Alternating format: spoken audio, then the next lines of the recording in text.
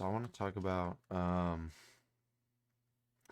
you know, pretty much. I feel like there's a lot of people that feel like they don't need God. You know, um, there's plenty of wealthy people. There's plenty of people that say, they're happy, right? They're happy doing their own thing. And it's like selfish or sorry, not selfish. Like you're assuming that they need God, that they have this common term is like God-shaped hole, right? But I don't think so. Um, I just think that we look at things differently. Um, there's a lot of things you can have in this world. You can have money, you can have love, you can have friends, you can have fame, you can have anything, really. You can have drugs, you can have pleasures, you can have vacations. This world, it's got a lot to offer. Um, it's really all we do with our world. That's all of our infrastructure, all of our improvement, everything we've ever done in our lives is to make something that fills that gap that's in all of us. I'm not saying it's a gap shaped hole type of gap. I'm saying it's a gap, and it all serves that purpose. Even a charity, um, I think humans are very selfish.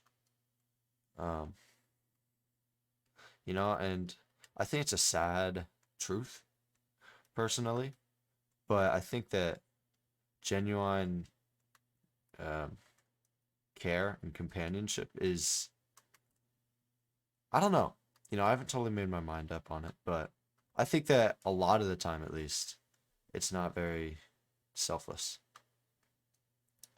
Um, so back to what I was saying, there's a lot of people, you know, that they feel like they don't need God, they're happy, they feel genuinely happy, maybe they do great in their activities. Maybe they're really good at school or they're really good at their job. Maybe they're really funny, so they have a lot of friends, so they're never lonely. Maybe they have a true partner, and that's like unconditional love. Um, or very, very close to it, very close to it, right? But like I said, the world has a lot to offer, you know? Um, and I think that you can fill your hole with a lot of things, right? Um,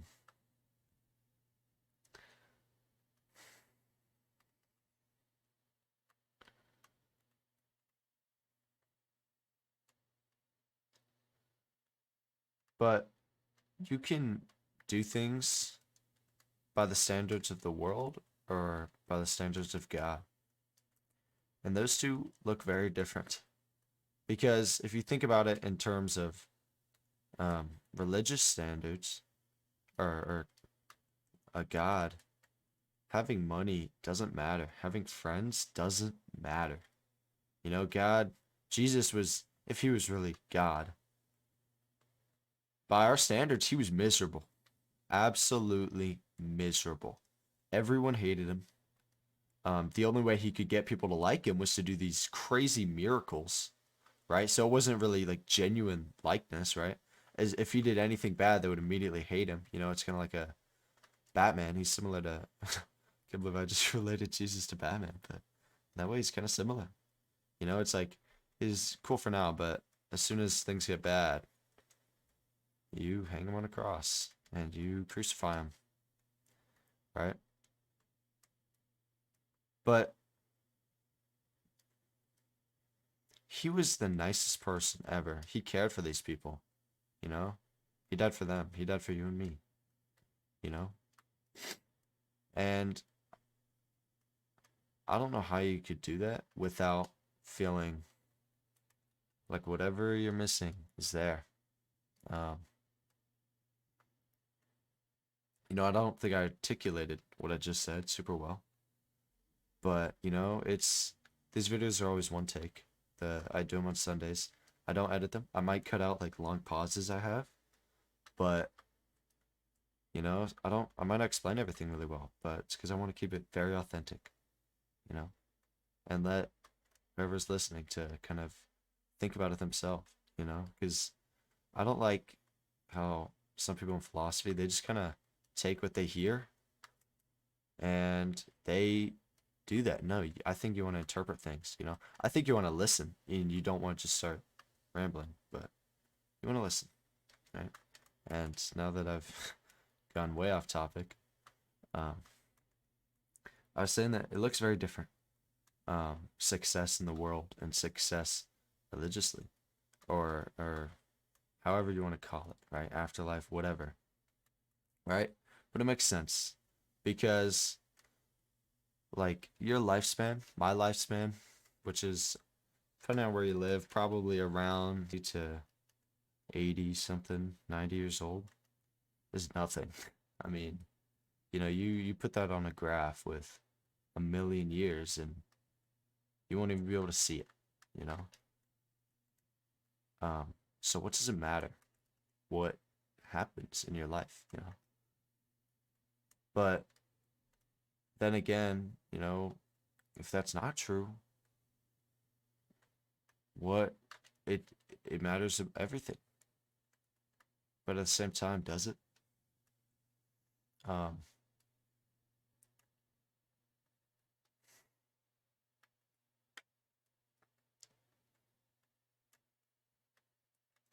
God was Jesus was should have been one of the most miserable men on the planet.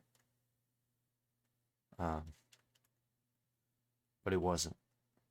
And that's because there's something more to his life. And I think that's what makes the difference between, people that say, "Oh, I'm good where I am."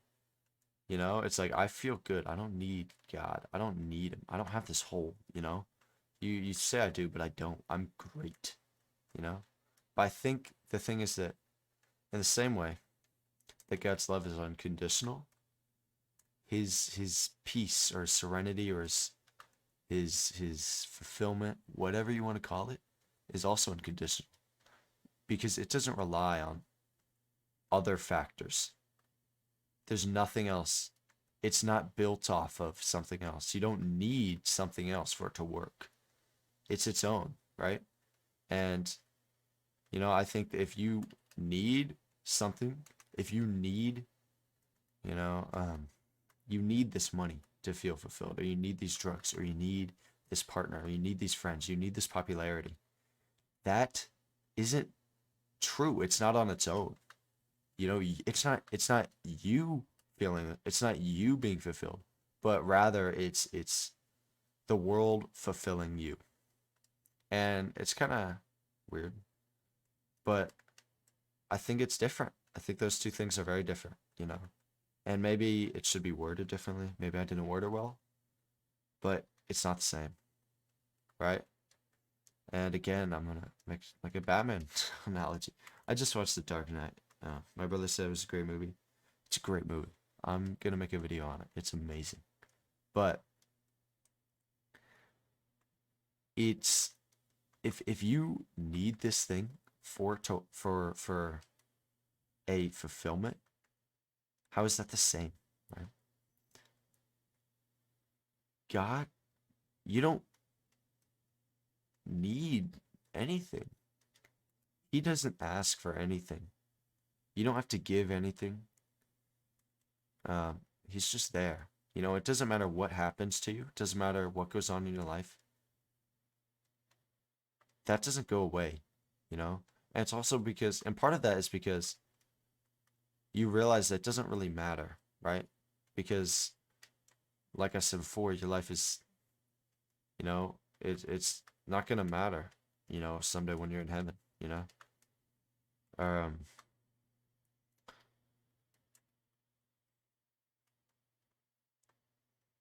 it's not gonna matter. Uh, and I think that's part of the reason why it's so real, but also because if God designed us, it like if he designed us, I think it's undoubtable he designed us to be shaped or to have a spiritual something, you know? And I don't think it's some meditation, you know? I've heard people say they do think we need like a spiritual release, but it's not like a God. But what else is it? Because anything else still comes from this world. It's the same. It's the same. You just put a, it just has a label on it. And it's more this or that, you know, it's wishy-washy. God isn't wishy-washy. God is there. He's always there. He doesn't leave, you know. You can say, yeah, meditation, right? Meditation is this accumulation of coping with everything going on in your life, you know? Um, and again, I'm not articulating things well, and I'm kind of assuming that, right? But that's because, again, this is one take, you know, I don't think of this before I think of the idea. I just talk about it. Because I don't think that you should just blindly listen to what someone else says. You know, I don't think you should blindly hear me say this and be like, yeah, I agree with that. No, because I used to do that with God a lot. You know, I'm pretty sure I can't even count the amount of times I quote unquote gave my life to Jesus, right? Or like whatever. I can't, like, I don't know. I'm 17 now. It's probably been over 5, you know, it's just because it wasn't me, you know? And now that I've truly done that, I don't remember even doing it. I don't remember actually saying that because I wasn't worried about the standards and what someone else had to say because it was just between me and God. And I think it should be like that for everyone. And I think that with all your decisions, it should be like that. The true ones. You know, I think you can take advice, but you should not be doing something for someone else. You know? It's just I don't think it'll last. So that's pretty much all I have to say, you know. Um, I think that we do need God, and we can make ourselves feel like we don't, but when it's put to the test, you know, I mean, let's say that you say, "Oh, I'm so I got a good family, you know, and I got a good job, and I love them, and I'm happy doing what I do. I'm content. You know, I may not make a ton of money. I may live a pretty humble life. Might not be able to buy everything for my family, but I'm happy. You know, I love my wife. I love her so much. Or I love my husband. You know, I love taking care of my children. They're the best thing ever, right? But sad reality is, once that's gone, what are you? You know? It's like, again, from the movie, from Batman The Dark Knight. Um, there's this guy, Harvey. He's a lawyer, right? And essentially, they call him the White Knight. He's not like Batman. He's not like the cops. He's not corrupt. He genuinely wants justice. But then the Joker murders his fiance. And one day, or eventually, and Harvey realizes that the Joker isn't doing this because he wants money or anything. He's doing it because he simply wants to watch the world burn. And his goal was to make Harvey fall apart, you know? And, you know, that's a pretty far-fetched analogy, you know? And, you know, what I'm saying might raise some questions like this or that, but I'm using the most extreme possible example. Because people are the closest thing you can get to filling that hole, right? But if I said something much easier like money, you take the money away, there's nothing else, right? And it sounds, yeah, you're right. It's very conditional. Um, but yeah, I'm pretty much just repeating myself now. I hope you related to the video. Hope you thought about it, you know. If you have anything you want to talk about, you don't agree, you have something you want me to talk about, anything. I have a Discord now. Someone asked me to make one. It'll be in the description. But yeah.